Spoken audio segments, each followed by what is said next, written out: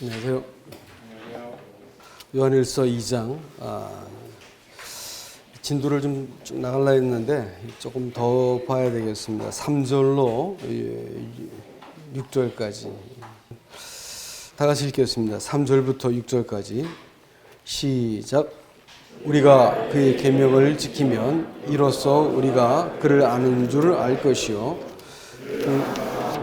그의 계명을 지키지 아니하는 자는 거짓말하는 자요 진리가 그 속에 있지 아니하되 누구든지 그의 말씀을 지키는 자는 하나님의 사랑이 참으로 그 속에서 온전하게 되었나니 이로써 우리가 그의 안에 있는 줄을 아노라.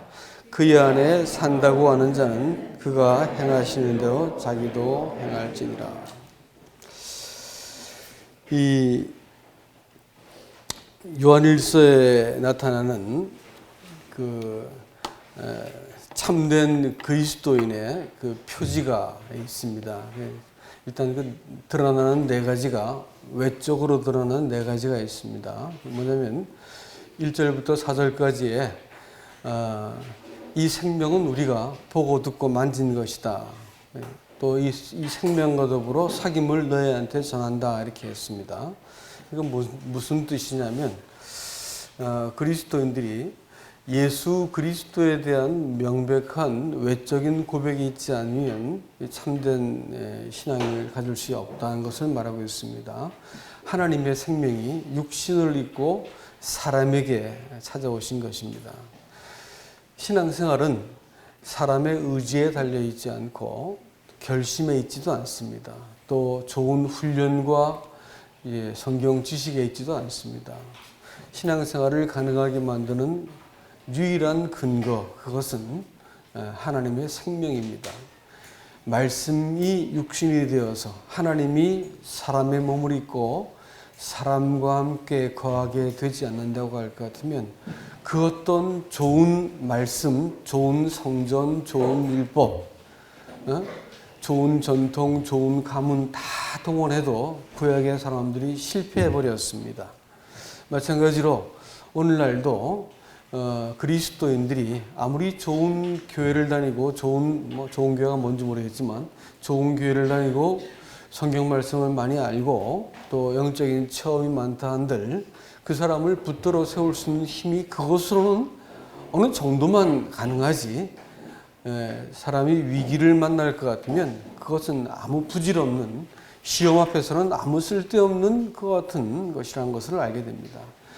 신앙생활을 가능하게 만드는 것은 유일한 한 가지 근거는 하나님의 생명입니다. 하나님이 육신을 입고 우리에게 찾아오셔서 나에게 생명이 되시고 또 그분이 힘과 지혜와 의지가 되셔서 나로 하여금 하나님의 아들로 살게 만드시는 이 일이 없으면 신앙생활은 애초부터 불가능하다라는 것을 보여줍니다. 이렇게 볼 것 같으면 교회에서 모이는 이유가 뭐냐? 그것은 한 가지죠. 하나님의 생명을 서로 밝히 공유하기 위해서, 우리 교제라는 이름으로 한 거죠. 말씀을 이렇게 증거하는 것은 무슨 목적일까요? 하나님의 생명에 대해서 명확히 말해주는 것을 의미한 것입니다. 성도가 세상에 나가서 가정에서 직장에서 사는 것은 뭘까요? 이 생명을 통해서 사는 것입니다. 그래서 내가 관용할 수 있고 또 내가 섬길 수 있고 사사로운 이해를 벗어날 수 있고 이렇게 할 수 있는 그 힘이 어디서 나오는 것이냐면 내가 공자와 명자를 읽고 나서 성인 군자같이 살아야지라고 하는 이런 정도의 의지적인 그 도덕성을 가지고는 그리스도의 삶은 절대 불가합니다. 나보다 초월한 힘, 나보다 초월한 지혜, 이것이 나타나지 않으면 신앙생활은 불가한 것인데 그것은 하나님이 육신으로 입고 우리 가운데 와서 함께 거하시는 그 생명을 통해서만 사는 것입니다. 그 생명이 내 안에서 명백하게 살 때 거룩함이 나타나는 것이고 그 생명이 내 위에서 나를 다스리기 시작할 때 구원이 일어나는 것입니다. 그 생명이 나를 통해서 나타날 때 봉사가 일어나는 것이죠. 신앙생활은 뭐냐? 생명의 문제다. 거짓된 생명, 다시 말하면 예수님에 대해서 아는 생명을 가지고는 절대 이 생명을 가지고 살 수 없고요. 또 신앙생활을 끝까지는 못 가게 되어 있습니다. 가다가 반드시 중도에서 탈락하게 되어 있습니다. 신앙생활은 결국은 하나님이 이 생명을 밝혀내기 위해서 겉에 붙어있는 모든 허위들을 끄집어내시고 가식을 잘라내시고 내 힘 다 빼게 만드시고 그래가지고 발가벗겨 버리시는 거예요. 그래서 마지막에 우리는 영점 체험 이렇게 말하는데 그 모든 것이 다 떨어지고 나서 내가 내 속에 갖고 있었던 신념, 믿음이라는 것조차 없어질 때 거기에 하나님이 계신 거예요. 하나님이 나를 붙들고 있습니다. 이 사실이 이 생명이 나를 이렇게 살려내시는 것을 경험하고 나면 그 다음부터는 사람이 딴 것 의지하지 않고 하나님만 의지하게 되어 있는 것입니다. 그래서 이 생명, 하나님이 육신을 입고 사람에게 오신 예수 그리스도를 바르게 고백하는 것이 이 참된 그리스도인의 표지입니다. 두 번째가 뭐냐?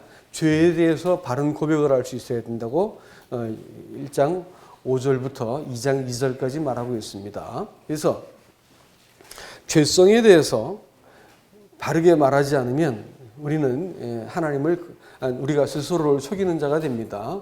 우리는 본성적으로 하나님을 거스리는 이런 속성을 갖고 있습니다. 우리 본성이 그래요.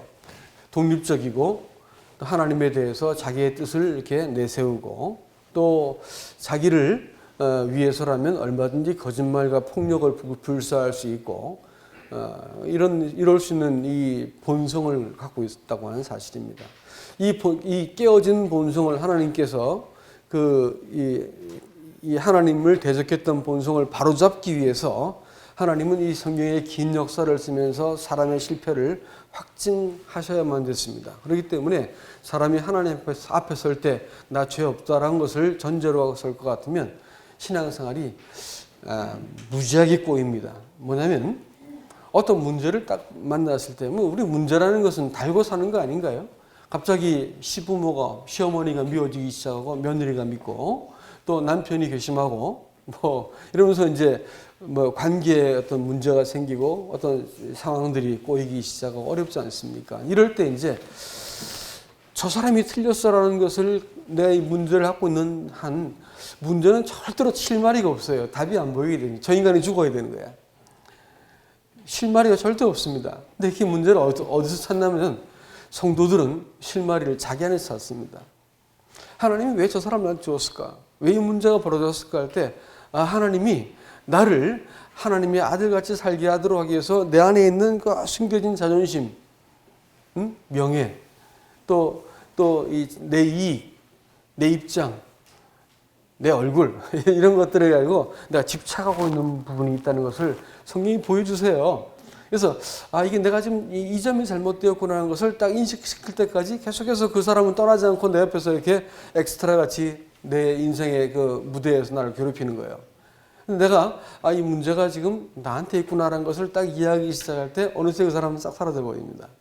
틀림없습니다. 이 원칙은 절대로 안 바뀌어요. 그러니까 내가 잘못되었다라는 것을 인식할 때까지 하나님은 계속해서 나한테 이 실현의 과정을 허락하시는 것을 알게 되어집니다. 때로는 육체의 질병도 있을 수 있고요. 경제적인 어려움이 될 수도 있고 뭐가 될 수 있습니다. 하지만 이런 문제를 가만히 관조하면서 하나님이 이 문제를 통해서 무엇라고 말씀하시는가 하고 상황을 해석할 수 있는 힘을 우리에게 주셔요. 이걸 저는 미스트라 하임이다 이렇게 말했습니다. 생명의 기운, 하나님의 호흡이 마음속에 불어져서 영혼의 깊은 곳을 들여다볼 수 있는 힘을 주세요. 이걸 이제 이런 일들이 있기 시작할 때 내가 하나님이 의롭게 하셨지만 나는 이 본성적으로 하나님을 거스르는 사람이었다는 것을 깨달으면서 하나님 앞에 나를 조정할 수 있는 힘을 얻는 것입니다. 그 다음에 죄에 대한 고백의 두 번째 문제에 있어 가지고는 죄들을 고백하는 것입니다. 율법주의자들은 죄에 대해서 바른 고백을 하지 않습니다. 하나님의 기준을 낮춰가지고 이까짓 게 무슨 죄야 이러면서 자기를 정당화시키는데 아주 탁월한 능력이 있어요. 그래서 합리화시키는데 아주 도사입니다. 죄를 죄로 인정하지 않는 탁월한 능력이 있어요. 근데 사람들은 그렇게 함으로써 자기의 양심의 균형을 유지하려고 들죠. 하나님은 그렇게 하기를 원치 않으십니다. 그래서 사람이 죄를 이렇게 짓는 것은 우리 양심이라고 하는 명백한 마음속에 그 하나님이 남겨두신 등불이 있습니다. 그래서 마음속에서 탁 지적을 해요. 우리가 옛날 같으면 이까짓 뭐 죄야 싶었었는데 성경은 그걸 가지고 죄라고 명백히 말씀하시는 거예요. 그래서 성령께서 또 양심이 내 안에서 이렇게 어떤 부담을 주시고 죄라고 딱 말씀해 줄 때가 있습니다. 이걸 가지고 이까짓 게 무슨 죄야 라고 하면 문제가 심각해지기 시작해요. 그걸 죄였습니다라고 고백할 때까지 하나님은 하나님의 관점에서 그 내 문제를 바라보고 내가 시인할 때까지는 하나님은 날 놓아주지 않으세요. 계속해서 나는 고통 속에 있습니다. 이러면서 내가 그것이 죄였습니다라고 딱 내가 시인할 때 하나님이 비로소 내 속에서 나를 이 죄로부터 이렇게 깨끗하게 하실 뿐 아니라 나를 하나님 앞에 의로운 그 신분 안에서 하나님과 관계를 회복시키시는 이 일들을 하신다고 말씀하셨습니다. 그리스도의 삶은 뭐냐면 우리는 분명히 그리스도의 구속을 통해서 완전히 의롭게 된 사람들이고 죄가 없이함을 받은 사람들입니다만은 그것은 하나님 편의 선고이고 사람은 지금 어떤 상태일까요? 사람의 상태는 하나님 편에서는 완전하고 흠없고 우리를 보시기에도 기뻐하시는 그런 대상이 분명하지만 나는 여전히 지금 이 거스르는 본성을 안고 세상의 죄의 지배를 받고 있는 이 사단의 지배를 세상의 지배를 받고 있는 반역한 본성을 품고 살고 있는 타락한 본성을 갖고 있는 사람이다라는 것을 인정을 해야 되는 것입니다. 그래서 문제가 벌어질 때 하나님 앞에서 자기 성찰이 있어야 되는 것이고 하나님 앞에서 내가 잘못될 수 있다는 것을 내가 시인하고 문제를 바라봐야 되는 것이고 조그만 잘못에 대해서 내가 덮어두지 말고 잘못되었습니다 하고 쿨하게 대답하라는 거예요. 그러고 나면 하나님께서 문제를 쉽게 탁 덮어가고 내 문제를 수습해 갈 수 있는데 그거 자꾸 변명하고 봤어요. 그럴 수밖에 없었어요. 이까짓 게 뭐 죄예요. 이렇게 말하고 넘어가면 이게 구질구질해지는 거예요. 자꾸 구질구질해지고 내 마음이 어디가 문제가 뭐가 잘못된지 모른 채 그냥 막 뒤섞여가지고 인생살이가 복잡해집니다. 근데 내가 깨끗하게 딱 정리를 하고 나면 하나님 앞에 죄였습니다 이렇게 말하면 하나님이 문제를 딱 수습하시고 나를 다시 의로운 관계 속에서 자신의 생명을 주시기에 아주 합당한 상태가 되게 하는 겁니다. 세 번째가 뭐냐? 오늘 읽었던 본문 속에서 참된 그리스도인의 표지, 그것은 하나님의 계명을 순종하고자 하는 것입니다. 여러분, 계명이라는 말과 율법이라는 말은 다른 것을 일단 이해하시기 바랍니다. 율법이라는 것은 십계명을 비롯해서 316가지 이런 세부 조항에 있는 율법 조문을 이야기합니다. 그러나 계명이라고 말하는 것은 좀 요거는 다르고 성도의 삶에 적용되는 하나님의 원리를 말합니다. 하나님의 원리, 하나님의 뜻과 법칙 이런 것을 말할 수 있겠죠. 율례는 뭐냐? 이것은 이제 시행할 때 나타나는 하나님의 어떤 시행 과정에서 하나님이 말씀하시는 바들이 이제 율례겠다. 이런 생각이 듭니다.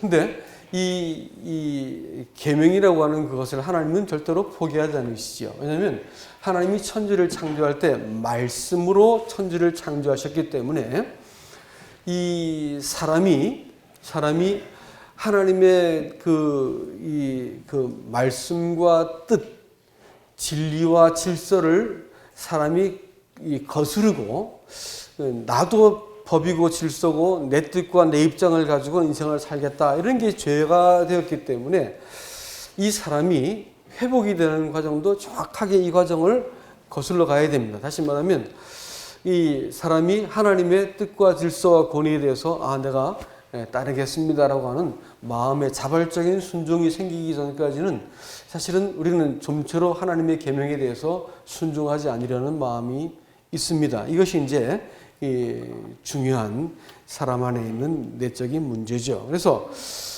구원받을 때도 여러분 그러지 않았어요? 구원받을 때 사람이 가장 무력할 때 사람이 죄가 가장 분명하게 드러날 때 구원이 일어납니다. 십자가에서 일어난 구원은 사람의 죄악이 정점에 다다랐을 때 하나님의 사랑이 하나님의 팔이 가장 넓게 벌려진 자리가 바로 십자가 위였습니다. 사람이 죄 때문에 전적으로 부패하고 무력했을 때 하나님의 구원의 영광이 은혜의 영광이 딱 드러나게 되어지고 그때 구원이 이루어지는 것이죠. 이렇기 때문에 신앙생활 자체는 뭐냐면 하나님의 뜻에 대한 사람의 이 자발적인 순종을 하고 싶은 마음이 들어지고 이것이 외적인 생활 방식의 변화로 나타나는 것입니다. 이 계명을 자꾸 내가 의지적으로 거절하고 하나님의 뜻에 대해서 내가 단마음으로 순종할 뜻이 별로 없으면 사실은 구원이 아닐 수 있다는 것입니다. 그리스도인들은 이런 의미에서 하나님의 뜻에 대해서 순종하고 싶어하는 마음을 갖고 있다고 하는 것을 여러분 아셔야 된다는 것입니다. 오늘 이 본문의 말씀이 바로 그것을 이야기하고 있죠. 우리가 그의 계명을 지키면 이로써 우리가 그를 아는 줄로 알 것이요 라고 얘기했습니다. 여러분, 안다고 하는 말이 뭐냐면, 안다고 하는 말이 성경에서는 여러 가지 복잡한 게 아니고 여러 가지 단어로 표현되고 있습니다. 안다고 하는 것이 일반적인 알미 있고 인격적인 알미 있다고 성경은 명확하게 말하고 있습니다. 그래서 그 성경이 말하고 있는 이 기네스코 혹은 야다라고 말하는 이 단어는 인격적인 알미를 얘기한다 이렇게 말씀을 늘 드렸죠. 여러분 보세요. 사람이 누구를 사랑한다 이렇게 했을 때 그 사람을 분석하고 이해하고 객관 밖에서 이제 따로 서가지고 저 사람이 왜 저럴까 하면서 따지고 있으면 어떻게 할까요? 아직 사랑하는 것이라고 볼 수는 없습니다. 그죠? 사랑할 때는 이유도 없어. 분석이 딱 멈춰지게 되어지고 있는 그대로 다 좋은 거야. 심지어는 발뒤꿈치도 이쁘다 하잖아요. 콩깍지가 씌어가지고 분명히 결혼을 하고 제정신이 돌아보니까 내가 저런 사람을 왜 사랑했을까 생각이 들 만큼 그런데도 그 당시에는 그냥 그저 좋은 거야. 이것이 이제 뭐 사랑이죠. 사랑한다 이렇게 말할 때는 그 사람 편에서 그 사람 입장에서 그 사람 눈으로 그 사람 안에서 문제를 이렇게 들여다보는 거예요. 믿음도 마찬가지입니다. 믿음을 내가 분석하고 따져가지고 내가 투자해도 되겠다 이렇게 하면 그건 믿는다는 것으로 말할 수 성경에서 말하는 믿음이 아닌 것이에요. 말씀을 분석해서 이해하고 정보를 수집하는 것을 가지고 믿음이라고 성경은 말하지 않습니다. 어느 날 믿음이 그 말씀하신 분에 대해서 내가 딱 이해가 생기고 말씀하신 분에 대해서 내가 그 신뢰가 생길 때 하신 말씀에 대해서 내가 분석하지 않고 있는 그대로 내가 수용하게 되는 걸 믿음이라고 표현하는 거예요. 그래서 그래가지고 believe in이라는 말씀을 제가 지난번 드렸죠. in이라고 하는 전치사는 그 편에 가서 그와 함께 같은 방향에서 같은 입장에서 바라보고 신뢰한 걸 believe in 이렇게 말하는 것입니다. 그리스도인의 믿음은 바로 이와 같은 것이죠. 순종한다고 말하는 것이 하나님이 어떤 분인지 알게 되었기 때문에 내가 그분께 내 인생을 가지고 시비를 걸지 않습니다. 그분이 나를 가장 잘 아시고 내 인생의 길을 그분께서 조정하신다는 것을 알기 때문에 싸움을 하지 않으세요. 근데 거기서 가지고 하나님께 내 인생을 다 걸 수 있고 맡기게 되어지는 걸 가지고 우리 순종이다 이렇게 표현을 하는 것입니다. 구원은 지식의 문제가 아니라 사실은 뭘까요? 이 참된 지식의 문제가 아니고 인격적인 그 신뢰의 문제입니다. 여러분 요한일서가 쓰여진 배경이 이 영지주의자라는 사람들 때문에 쓰여진 것이라고 말씀을 드렸죠. 그분들은 구원을 지식의 문제다 이렇게 얘기했습니다. 그래서 깨달음이 지식이다 이렇게 이야기했습니다.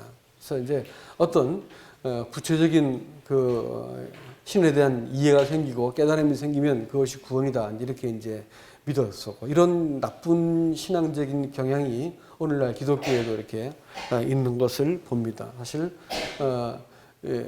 구원의 문제가 이런 깨달음의 문제라기보다도 그럼 그 이후에 하나님과 어떤 관계를 맺었는가 이것을 이제 물어야 되는데 거기에 대해서는 대답이 없고 그 깨달았기 때문에 구원이다 이렇게 말하는 것은 영지주의와 별반 다를 바가 없다. 뭘 깨달았든지. 그다음에 이 헬라인들은 이 신앙을 소위 그들이 말하는 구원을 체험적인 것이다 이렇게 생각했습니다. 그래서 향을 피우고 불을 피우고 막 놀라운 제의를 어떤 제사의 어떤 의식을 갖고 음악을 막 공교하게 해가지고 그들의 감정을 막 자극해가지고 체험을 하게 만들었습니다. 또 이런 경향도 오늘날 기독교에 많이 있죠. 그래가지고 뭐 예배 때 그냥 음악이 이렇게 그 신앙을 사람의 이성을 지배해 버리는 이런 일이 있습니다. 근데 이런 것들은 점점 극단적인 어떤 자극을 요구한다는 것이죠. 그것이 구원을 지식으로 보았든지 구원을 체험으로 보았든지 둘 다 도덕적인 변화를 일으키지 못했던데 다 실패하고 있는 것입니다. 하나님을 안다라고 하는 것은 체험이나 지식의 문제가 아닙니다. 뭐냐? 그것은 계시의 문제입니다. 하나님이 나한테 보여주셔야 되는 거예요.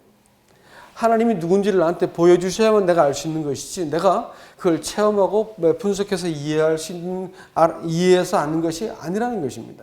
그래서 이 계시를 통해서 하나님을 알게 되었다 이렇게 말하면 사실은 그 하나님에 대해서 보여주신 이 하나님 편에서 일방적으로 자신을 계시해 보여줬을 때 우리가 하나님에 대한 경외심을 갖게 되어지고 그를 순종할 수 있게 된다고 하는 사실입니다.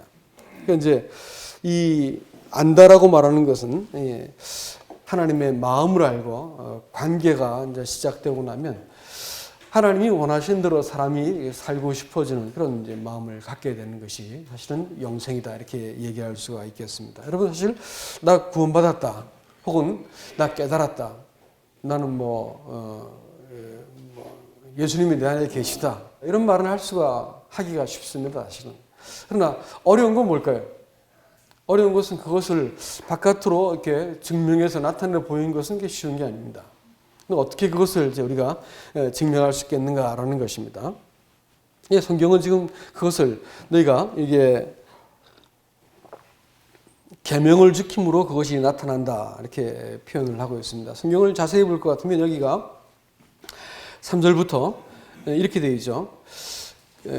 그를 아노라 하고 계명을 지키지 아니하는 자는 거짓말하는 자다. 계명을 지킨다는 표현이 나오고 5절에 볼 것 같으면 누구든지 말씀을 지키는 자는 하나님의 사랑이 참으로 그 속에서 온전하게 되었다. 말씀을 지킨다고 표현하고 있고 6절에서는 그 안에서 산다고 하는 자는 그가 행하시는 대로 자기도 행할지니라 이렇게 되어 있죠. 약간 이제 말씀이 이렇게 점증적으로 이렇게 표현되어 있는 것을 보게 됩니다.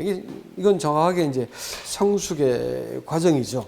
아이들을 키울 때 아직까지 아이를 낳지 않은 분들은 이제 주의 깊게 제가 드리는 말씀을 경청하시기 바랍니다. 애를 키울 때 10살까지는 아이하고 뭐가 필요하냐면 아이한테 그 디스플린이 필요합니다. 그건 훈련이라고 말하는 것이. 훈련할 때 뭐가 필요할까요? 명령과 지침이 필요한 거예요. 아이한테 명령과 지침을 하지 않게 아이를 양육하면 죽을 고생합니다. 어릴 때는 아주 나이브하게 본성을 드러내기 때문에 싫어, 안 할 거야, 내가 할 거야, 엄마 미워 이러면서 막 이런 것을 아주 노골적으로 하는 거예요. 그리고 아이가 젖먹이도 엄마를 조종하려 듭니다. 그래서 늦게 젖을 먹였다 그럼 막 발악을 하죠. 그래가지고 아이가 이게 천사가 아니라는 것을 이제 금방 깨닫게 되는데 아이를 디스플린하기 위해서는 명령이 필요한 거예요. 정확하게 해서 명령이 시행되지 아이가 분명히 지시했는데 하지 않으면 거기에 대한 적당한 응징이 필요한 것입니다. 그래서 3살 이후부터는 성경은 베이비라 부르지 않고 차일드라 부르는데 차일드가 되기 시작할 때는 아이들을 디스플린하지 않으면 나이 먹어서 맘먹고 이겨먹으려고 그래요. 못 감당합니다. 그러니까 틀림없이 명령을 해야 되고 그 지침을 줘야 되고 아이가 이런 생활 방식에 순종을 배우게 하지 않으면 10대는 통제할 수 없는 아이들을 여러분 만나게 될 겁니다. 그리고 이제 10대가 되면 어떻게 한다고요? 그때부터는 이제 아이한테 코치가 되는 것입니다. 인스트럭션하고 아이한테 이렇게 어떤 조언을 해주기도 하고 돕기도 하고 그러면서 아이하고 이제 자기를 사랑하는 인생을 먼저 산 이 선배로서 인생을 잘 이렇게 가이드해주는 일이 필요하겠죠. 그 다음에 뭐가 필요하겠어요? 나이가 30, 40대인데 이놈의 자식 빨리 안 와? 이렇게 하면 어떻게 할까요? 그럼 피곤해지는 거죠. 아들이 아버지 만나고 싶지 않은 겁니다. 그때부터는 부모와 자식은 뭐가 될까요? 20살이 넘으면 이제 친구가 되는 것입니다. 친구가 되어서 서로 잘 말을 이제 경청하고 자식한테 들을 수 있는 최고의 찬사가 뭘까요? 아버지같이 될 거야. 엄마같이 될 거야. 엄마 같은 사람 만나고 싶어요. 아버지 같은 사람 만나고 싶어요. 결혼 대상은. 그쯤 되면 농사 잘 지은 겁니다. 근데 우리 엄마 같지 않은 사람만 만나면 좋겠어. 이러면 이제 골치 아파지는 것이죠. 근데 문제가 없어요. 인생은 길잖아요. 아주 길기 때문에 천천히 늦었다 생각할 때부터 교정해 나가면 됩니다. 아무튼 나이가 들어서는 우리가 상대의 마음을 알고 그와 같이 함께 움직이고 싶은 마음이 생겨지는 것입니다. 성경이 똑같이 말하고 있어요. 처음에는 계명을 지킨다 이렇게 말했습니다. 명령하시는 분이 하나님이세요. 하나님 명령을 듣지 않으면 어떻게 돼요? 재미가 없어요. 아주 시쳇말로 재수없는 일이 일어나기 시작합니다. 갑자기 멀쩡하던 환경이 깨지기 시작하고 환경이 흔들리기 시작해. 사람이 문제를 일으키고 관계가 깨지고 이러면서 막 내가 주체할 수 없는 일이 막 벌어집니다. 잘 돼도 문제가 있어. 잘 돼도 골치 아픈 일이 벌어져요. 그러니까 명령을 따르지 않으면 인생이 무지하게 꼬입니다. 근데 이제 조금 지나고 나면 명령에 길들여질 때쯤 되면 하나님이 말씀에 내가 알고 싶어지고 듣고 싶어지고 말씀을 주의하게 되어집니다. 이게 사귐, 제가 말씀드렸죠. 사귐의 기본이 뭐예요? 상대의 말을 경청하는 것이다 했습니다. 우리가 하나님 말씀에 대해서 주의 있게 말씀을 내가 살피기 시작할 때 하나님이 나에 대해서 뭘 주셔요?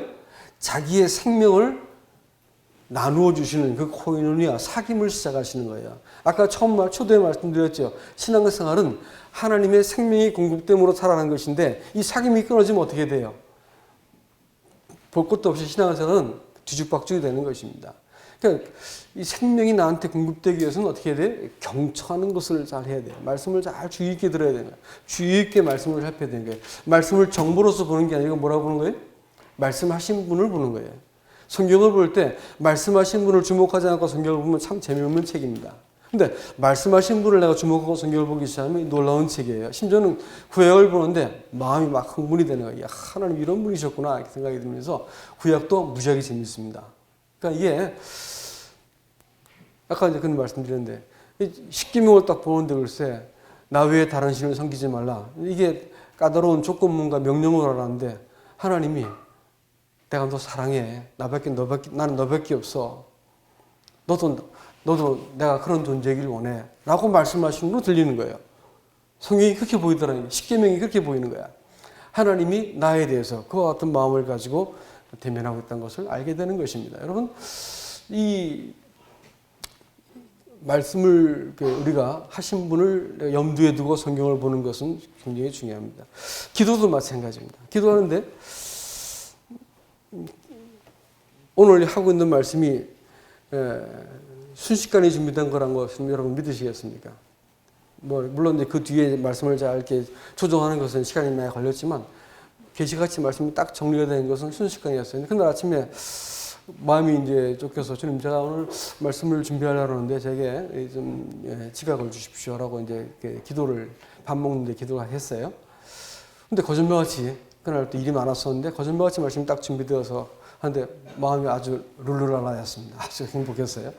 마음에 드는 생각이 하나님이 내가 그냥 부담 없이 한 기도를 잘 듣고 계셨구나라는 것이 딱 생각이 나더라고. 내가 기도했으니까 하나님께서 기도한 것을 들으시는 것을 보았습니다. 기도하지 않았으면요, 어떻게든 했겠지. 어떻게든 했겠는데 아마 수고스러운 과정을 또 거쳤을 것입니다. 그러니까 우리가 기도를 들으시는 분이라는 것을 그분이 어떤 분인지를 알고 기도하기 시작할 때 하나님께서는 그 기도에 따라서 우리를 시행하시는 분이시고 또 말씀하신 분이 어떤 분인지 알 때 내가 말씀을 보기 시작하면 하나님에 대한 풍부한 이해가 생기기 때문에 말씀하신 바를 내가 신뢰하는데 어렵지 않은 것입니다. 근데 이걸 정보로서 이해하려면 말씀을 나한테 적용시키는데 무지하게 시간이 걸릴 거예요. 그렇죠? 기도하려면 내가 무지하게 세게 해야 되는 거예요. 여러분 제발 기도할 때 기도 세게 해주세요 이런 말 하지 마세요. 하나님 모욕하는 말입니다. 세게 해야 된다 하면 하나님은 뭘로 하는 거예요 도대체. 그래서 그런 말은 아니죠. 이게 이제 하나님 누군지 알 것 같으면 이 문제를 잘 아실 것이다 생각이 듭니다. 종종 살면서 인생이 참 내가 참 정말 무기력하구나라는 생각을 할 때가 있습니다. 때로는 아비로서, 때로는 이제 아내로, 남편으로서, 한 집안의 가장으로서, 또 교회를 섬기는 어떤 인도자로서 참 무기력하다는 생각이 참 들어질 때가 있었습니다. 근데 그것이 이게 나한테 그냥 그것으로만 남아있다면 내가 어떻게 살았겠어요? 그렇게 이제 그런 연약함이 들어졌을 때, 이제 우리 하나님 앞에서 내가 하나님이 어떤 분인지를 생각해 냈을 때, 그럼 참 신실하셨어. 내가 돌아봤을 때 한 번도 내 인생을 사달라게 만들지 않으셨어. 이 문제를 가지고 하나님께서 무엇인가 또 해결을 하실 수 있겠습니다라고 신뢰가 되어졌습니다. 그러니까 내 마음이 우울해지고 슬픔이 찾아오더라고. 슬픔이 찾아오고 이렇게 무기력할 수 있나 생각이 들면서 막 슬퍼서 잘못하면 마음이 우울해지겠어. 우울해지는 그 자리에서 하나님이 어떤 문제를 가만히 생각했더니 마음이 수습이 되기 시작했어. 하나님 이 문제 가지고 어렵게 하지 않으시겠군요. 제가 이 문제 갖고 제가 낭패를 보고 내가 이게 루저같이 인생을 잃어버린 자같이 살지 않겠습니다라고 생각이 들어지면서 담대해졌어요. 그래서 오히려 이제 그것이 오히려 이제 기쁘게 이렇게 그 문제를 내가 수습해 갈 수 있게 되었었습니다. 뭐 구체적인 얘기는 못 드리겠습니다만 최근에도 그런 일이 있었습니다. 근데 하여튼 우리가 하나님이 어떤 분인지 알 때 우리의 기도가 단순해지고 하나님이 어떤 분인지 알 때 우리가 말씀을 볼 때 우리가 신나는 마음으로 말씀을 이렇게 읽을 수 있는 게 아닌가 생각이 되어지는 것이죠. 그래서 이제 어린아이 때 아이들을 그 할 때, 야, 너 갈 때, 너 저 뭐야, 이거 하면 안 돼. 뭐 저 해야 돼. 뭐 해가지고 아이한테 엄마 좀 늦게 들어오는데 이빨 닦을 때는 오른쪽 7번, 왼쪽 7번 알지? 뭐 한다든지. 잘 때 뭐 저놈 빼고 뭐 하고 이제 자세히 아이한테 지침을 주죠. 나이 먹으면 그럴 필요 있을까요? 20먹은한테 그러고 있으면 나를 지금 바보라는 거야, 엄마? 이러고 이제 따지게 해줘야지. 그죠? 그거 안 해도 다 알아서 하는데, 뭐 그런 걸 다 말하나, 이게. 신앙생활이 말씀을 보면서 어떤 지침을 깨닫는 걸 우리는 좋은 어떤 영감 있는 신자라 하지만 그렇지 않습니다. 바울도 가만히 사도행전을 보면 허둥지둥하고 실수투성이었어요. 그렇지만 누가 바울 보고 성령의 인도를 받지 못한 사람이라고 말할 수 있겠습니까? 사실은 신앙생활은 이번에 저 대학을 내가 너에 붙을까요? 이 대학 너에 붙을까요? 내가 이 길을 가야 하나님께서 축복하실까요? 저 길을 가야 축복하실까요? 이런 문제 말하는 게 아니에요. 예? 우리는 그런 것 가지고 하나님을 자 불러대고 이런 것 가지고 잘 지침을 하는 사람, 용한 사람 찾아가고 점쟁이 찾듯이 점괘를 받듯이 이 사람 저 사람 찾고 상담하지만 여러분 이거는 사실 너무 유치한 수준에 있다는 것을 여러분 말씀을 드리는 거예요. 이럴 수도 있고 저럴 수도 있고 하나님께서는 모든 걸 갖고 선을 우리의 연약한 선택을 가지고도 선을 만들 수 있는 분인 걸 믿으셔야 됩니다. 아시겠어요? 믿으셔야 돼요. 그러면 우리는 결국 뭘 따라가는 걸까요? 아이한테는 이거 해라. 이빨 오른쪽 7번, 왼쪽 7번 알지? 이렇게 말하는 수준 갖고 늘 하나님을 만날 것인가? 아니면 하나님에 대해서 하나님 마음을 내가 알게 되어지고 그분이 행한 대로 나의 마음에 내 마음이 동의되어지고 그분의 이 인격적인 그 수준, 그 성품을 내가 걸맞게 내가 행동하고 싶은 그런 마음이 생기겠나 이게. 후자입니다, 후자. 신앙생활은 그분의 마음을 따라가는 거예요. 내 소유, 내 재능, 내 시간, 내 인생을 가지고 내가 무엇을 위해 인생을 살 것인가 이런 결정이 나게 되어지고 고상한 수많은 사람들은 자기 성취를 위해서 인생을 살아갑니다. 수많은 사람은 자기 만족을 위해 살죠. 그러다가 아까 형제의 말씀같이 집과 같이 이렇게 무너져 버릴 거예요. 예? 자기가 지어놓은 집과 함께 무너져 버릴 거라고. 그러나 우리는 쇠하지 않는 거룩하고 이 영원하고 온전한 가치를 따르는 사람들. 그럼 내 인생을 가지고 난 무엇을 하고 하나님을 영원하게 하고 살 것인가? 안식이란 말이 딴 말이 아니에요, 여러분. 안식이라니까 널브러져 가지고 이렇게 침대에서 늘어진 모습을 떠오르지만 하나님 편에서 안식이라는 것은 지으신 만물이 고자리에 있는 것이에요. 지은 그대로. 그리고 지은 만물이 창조자를 알아보고 창조자를 기뻐하고 창조자를 찬양하고 창조자와 더불어 같은 어떤 보조를 맞추는 걸 보고 하나님께서 토부하다. 보시기에 좋았더라. 이렇게 말한 거예요. 그러면 그리스도인들이 하나님이 구속하시고 창조하시고 그 지으신 목적대로 내가 동의하고 하나님을 기뻐하고 내가 지금 이 상황에 하나님을 기뻐할 수 없어. 내 상황이 급하기 때문에. 그렇지만 하나님이 누군지 알기 때문에 하나님 이 상황을 가지고 내 인생을 통해서 하나님의 영광을 반드시 이룰 것을 제가 신뢰해요. 지금 내 눈에는 지금 보이지 않지만 하나님 기뻐합니다. 이렇게 내가 내 인생을 딱 동의해드리고 인정하면 어떻게 할까요? 하나님께서 보시기에 기뻤더라. 그러면서 우리 인생을 어떻게 해요? 자신이 보시기에 가장 찬란하게 만들어 가시는 거예요. 이 원리가 바뀔 것 같아요? 이 안식을 하나님께서 사람에게 구하는데 사람이 동의하지 않으면 어떻게 돼요? 이 안식은 죽을 때까지 그 안식을 경험하지 못하는 거예요. 이 안식이 하나님께 그렇게 주고 싶었던 안식이고 사람과 하나님이 사람 안에 사람이 하나님 안에서 자기의 그 영광을 보게 만드시는 것이 하나님 구원의 목적이다라는 것입니다. 6절 말씀에서 이렇게 보시면 그 안에 산다고 하는 자는 그가 행하시는 대로 자기도 행할지니라 이렇게 이야기했습니다.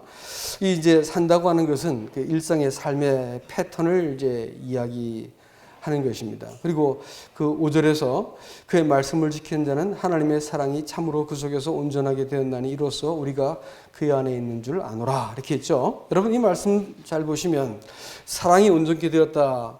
그 말씀을 지키는 자는 하나님의 사랑이 온전케 되었다라는 말씀이 뜻이 뭐냐면 우리가 하나님을 이제 더 사랑하게 되었다 이런 말이 아니에요. 말씀을 이제 우리가 그렇게 오해할 수가 있는데 그 뜻이 아니고 하나님이 하나님 편에서의 사랑이 온전하게 되었다 이 뜻입니다. 이게 뭔 뜻이냐면 하나님이 원래 사람을 향해서 품고 계셨던 하나님의 마음이요. 뭐예요? 하나님의 생명을 사람이 공유하고 사람이 하나님과 같이 되어지고 하나님이 사람 안에 사람이 하나님 안에 있는 이 온전한 이 사랑의 관계, 그 영생 이것이 온전하게 되어질 그 시점이 언제냐면 사람이 하나님의 말씀에 귀를 기울이기 시작할 때입니다. 하나님의 뜻에 내 인생을 이제 비춰보기 시작하고 하나님의 그 말씀에 내 인생을 이렇게 조종하기 시작할 때 말씀에 내 귀를 기울일 때 하나님의 사랑이 온전하게 돼. 하나님의 이 구속과 창조의 목적이 딱 성취될 때가 하나님의 사랑이 온전하게 될 때입니다. 그때가 언제라고요? 하나님 말씀에 내가 귀를 기울일 때라고 하는 사실입니다. 여러분, 이와 같은 일들이 순종하게 되어질까요? 아니면 전투가 필요할까요? 전투가 필요합니다. 문제는. 민수기라는 성경을 볼 것 같으면 성경이 순서가 재밌어요. 창세기, 창조. 그 다음에 출애굽기 뭐예요? 구속. 레위기 뭐예요? 예배. 성막이 나와야죠. 율법이 나오고. 그 다음에 민수기 뭘까요? 민수기의 제목이 광야에서의 뜻이. 광야에서. 시작말이 그렇게 됩니다. 그럼 뭐예요? 광야에서 38년 동안에 있었던 전투의 과정입니다. 그럼 그리스도인들이 그 전투에 나가는 사람을 숫자를 세웠어요. 30만 3,550명인가 하면 될 겁니다. 근데 그 과학이 셉니다. 누굴 셌다고요? 거듭난 사람 셌다고요? 아니, 그렇게 센 적 없어요. 전투에 나갈 만한 사람을 셌어요.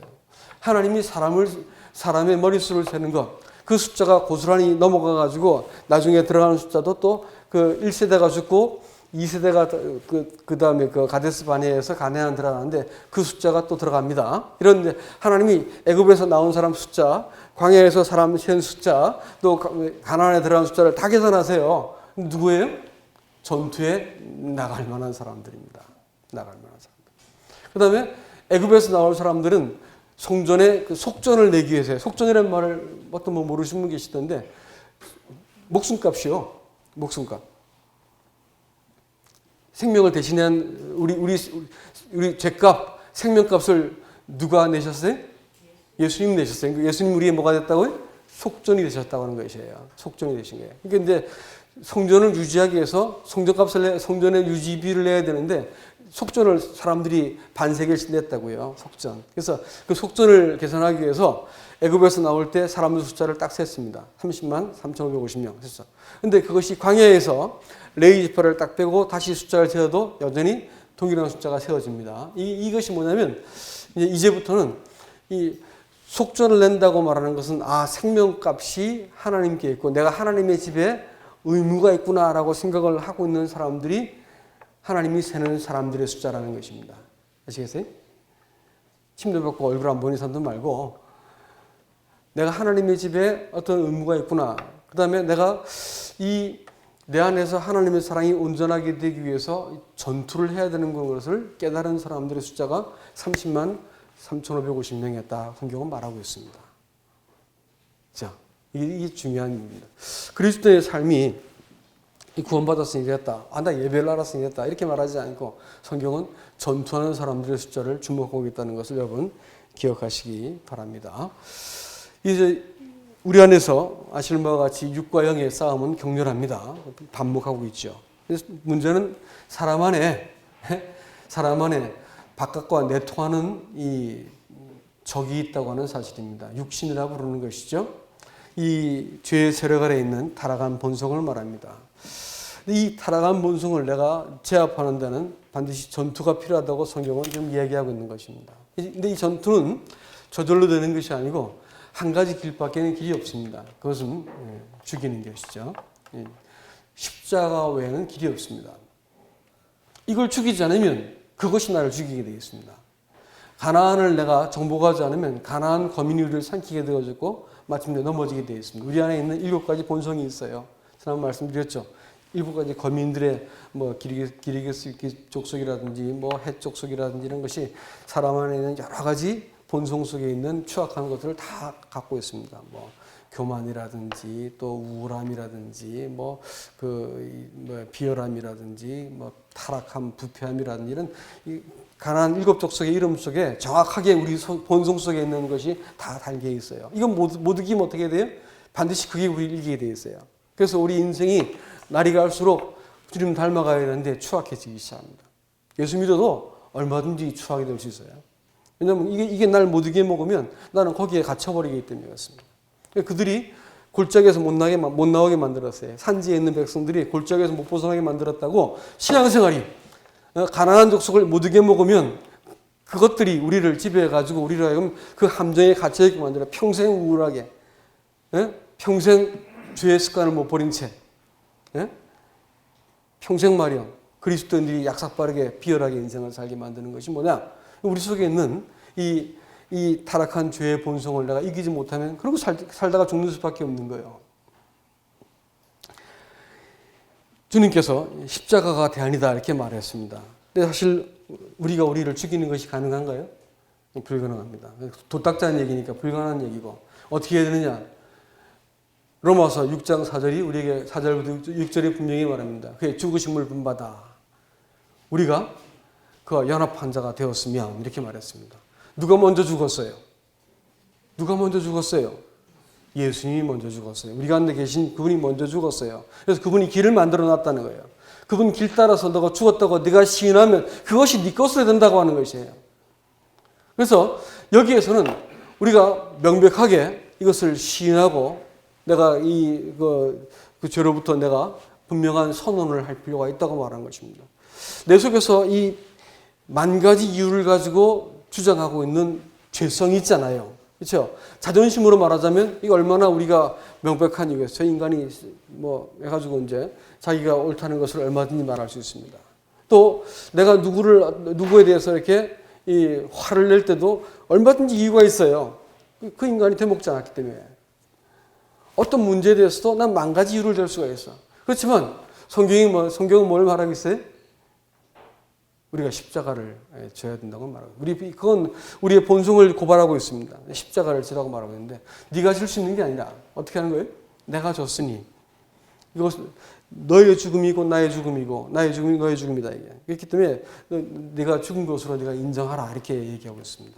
그의 죽으심을 본받아 우리가 연합한 자가 되었으면 죄가 우리를 이기지 못한다 이렇게 이제 성경은 말하고 있습니다. 단호하게 이 점에 있어가지고는 그리스도인들에게 성경은 요청을 하고 있습니다. 죽은 자로 여겨라, 간주하라는 것입니다. 단호하게 그렇게 말합니다. 그럴 때 죄가 내 속에서 막 이렇게 충동을 일으키고 죄의 욕망이 내 속에 올라오고 자존심이 올라오고 막 분노가 오고 이것이 우울한 가운데 막 나를 몰아가고 할 때 내가 여기에 매이지 않겠습니다라고 딱 이야기할 필요가 있다.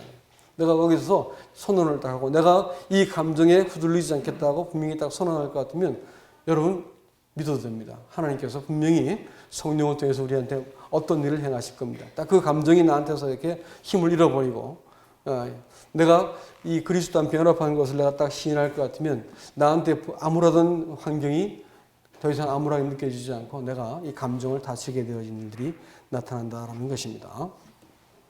여러분 로마서 7장에 나타나고 있는 처참한 그리스도인의 실패는 홀로 분명히 새 사람이기 때문에 내가 하나님의 법을 즐거워한다고 말했습니다. 그러나 그 싸움은 홀로 싸우는 싸움이었습니다. 그렇기 때문에 실패는 정한 이치였습니다. 이 싸움은 어디로 가져가야 될까요? 갈라디아서 5장으로 가져가야 됩니다. 이 싸움은 누구와 싸우는 거예요? 성령이 개입하시는 싸움이 됩니다. 갈라디아서 5장 16절부터 25절까지 볼 것 같으면 7번 성령이라는 단어가 반복해서 나옵니다. 여기서는 이 죄를 대적하는 하나님 편에서의 강력한 본성과 힘이 있는데 성령이시라는 것입니다. 그래서 이 싸움은 전적으로 성령이 개입하시는 싸움이라는 것이죠. 그래가지고 이 성령이 주도하시도록 내가 나를 맡겨드리는 것입니다. 이것이 에베소서 5장 18절에서는 너희가 성령의 충만을 받으라 이렇게 말했는데 말씀드린 바와 같이 그것이 명령형이고 수동형이라는 것을 기억하시기 바랍니다. 다시 말하면 성령이 너를 충만케 하시도록 네가 허락하라라는 단어라는 뜻이죠. 또 그것이 명령인 것은 반드시 내가 그렇게 해야 된다는 것을 얘기하고 있습니다. 그리고 그것은 골로새 3장 16절 말씀에 의하면 말씀이 너희 가운데 충만해서 피차고 난다 이렇게 말했죠. 말씀이 충만해진 상태입니다. 다시 말하면 하나님께서 우리가 고난당하고 시험을 겪고 있을 때 말씀에 영감을 주세요. 우리는 그걸 레마라 부르는데 어느 말씀이 갑자기 딱 고난의 한 딱 가운데 올 것 같으면 말씀이 보여요. 말씀이 안 보이면 어떻게 될까요? 아직까지 고난의 때가 복역의 때가 남은 거예요. 근데 이 상황이 아주 다급해지고 정말로 내가 이렇게 고난이 아주 격렬해지면 하나님께서 말씀을 보내주세요. 그럼 말씀이 딱 보내지면 말씀이 영감이 되어가지고 마음속에 탁 와서 닿습니다. 그러면 그 말씀이 나를 딱 붙들게 되어 있습니다. 이 말씀에 내가 나를 일치시키기 시작하면 내 마음이 바뀌고 그 다음에 잠시 후에 상황이 변화된 것을 보게 될 것입니다. 이 원리, 이것은 경험해 본 사람들은 누구나 알 수 있습니다. 그리스도인의 신앙생활에서 이건 마치 그 베두인들이 말이죠. 이 정부에서 석유가 나는 정부에서 그렇게 많은 그 에어컨을 뗀 좋은 집을 제공해주고 뭐 이렇게 많이 해줘도 그걸 안 들어가요. 메마른 광야를 이렇게 계속 걷는 일들을 아직까지 하고 있습니다. 왠지 아세요? 그 물길을 알기 때문에 그래요. 광야를 걷지만 물길을 알기 때문에 그들은 그때 그 광야를 걸으면서 겪게 되는 그 생수의 맛을 알기 때문에 그걸 포기하지 않는 거예요. 그리스도인들이 이 믿음의 비밀을 갖고 있지 못하면 이 생수를 취하는 법을 알지 못하면 신앙생활이 무지하게 고단해집니다. 견디는 것밖에 방법이 없어. 근데 여기서 지금 이야기하고 있는 것은 명확하게 말하고 있습니다. 이 성령께서 우리 안에서 이와 같이 말씀을 보내시면 그 말씀이 딱 깨달아. 성령은 우리 안에 내주하시는 분이고 그리스도를 가리키는 분이시지만 동시에 그분은 우리를 그 말씀으로 이끌으시는 분이기도 하셔요. 그분을 의지하도록 이끌어 주시는 분이기도 하다고요. 말씀이 어느 날 탁 내 속에 영감되어서 보이기 시작할 때 말씀이 나를 일치시키는 것들을 통해서 주님을 경험할 수 있길 바랍니다. 화이트 팽이라고 하는 소설 아세요? 화이트 팽. 늑대 이야기지. 반은 늑대고 반은 청소년들한테 권장도서인데 반은 늑대고 반은 개요. 잡종이란 말이죠. 근데 이게 키운다 보니까 이게 와가지고 껐떡하면 들어와서 닭장 속에 들어와서 닭을 잡아먹는 거야. 그러니까 화이트 팽이라고 하는 팽이란 것이 이빨을 말하잖아요. 그냥 하얀 들개 같은 거인가 봐요. 근데 얘를 이제 길들이는 과정을 쭉 소설화시킨 것입니다. 근데 이제 주인이 부드럽지만 단호한 목소리로 계속해서 개를 늑대를 조련하죠. 나중에 이제 그 닭장 속에 뛰어들어갔지만 주인의 목소리가 기억이 나는 거야. 주인이 하는 목소리가 기억이 나기 때문에 나중에 닭장 속에서 잠을 자고 일어나서 또 닭을 해치지 않고 걸어 나오는 것으로 이제 결말이 나는 것입니다. 성도에게 마음속에 그분의 음성이 있습니다. 또 말씀 대할 때 말씀이 딱 나한테 보여주는 바로 그 말씀이 있어요. 이렇게 그 말씀을 취하고 내 속에 들려오는 그 음성에 대해서 내가 딱 듣기 시작할 때 죄를 이길 수 있는 강력한 힘이 생깁니다. 여러분, 이 성도가 하나님의 말씀에 내가 귀를 기울이는, 그래서 그 사랑이 온전히 되어져가는 과정은 하나님의 말씀에 귀를 기울이는, 이 말씀이 주일을 강단을 통해서 나갈까요? 그럴 수도 있습니다. 내가 혼자에 대한 성경에도 나타날 수 있죠. 또 언제 가장 잘 나타나는지 아세요? 함께 모일 때입니다. 오늘 수요 모임에 대해서 이게 참 놀라운 것이에요. 네. 같이 모일 때, 가정 모임에서 같이 모일 때, 교제할 때 그 성도의 고백 속에서 주님 음성이 들리는 거예요. 이건 마음을 열지 않으면 안 들리게 되어 있습니다. 들려요. 근데 들리면서 하나님께서 뚜렷하게 딱 말씀을 하시죠. 저는 사실 말씀을 준비할 때 성경 본문을 갖고 묵상도 하고 많은 자료들을 정리도 하지만 저는 사실 개인적으로는 성도들과 교제하고 참여해서 이렇게 말씀들 형제자매들이 하는 말들을 내가 귀담아 듣습니다. 그걸 듣다 보면 탁 하고 마음속에 뭐가 와요. 주님이 이런 말씀을 하기 원하시는구나. 그걸 이해할 수 있게 됩니다. 그러니까 성도들이 함께 모이는 그 교제 속에서 주의 음성을 듣는 것들을 연습하셔야 되고, 성경을 볼 때 말씀을 정보로 보지 않고 하나님이 어떤 분인지를 내가 알기 위해서 성경을 보기 시작해도, 기도할 때 그분이 어떤 분인지를 먼저 묵상하고 기도를 시작하셔야 됩니다. 또 문제를 겪을 때 우리는 주님이 어떤 분인지를 먼저 생각하셔야 됩니다. 그리고 그 음성을 내가 기억해내기 시작할 때 우리가 만나고 있는 그 문제들은 쉽사리 이길 수 있는 부분들이다. 또 하나님께서 이 문제를 통해서 내 사랑이 너한테 온전하게 이제 되었구나라는 그 말씀을 하고 싶어 하신다라는 것입니다. 이상입니다.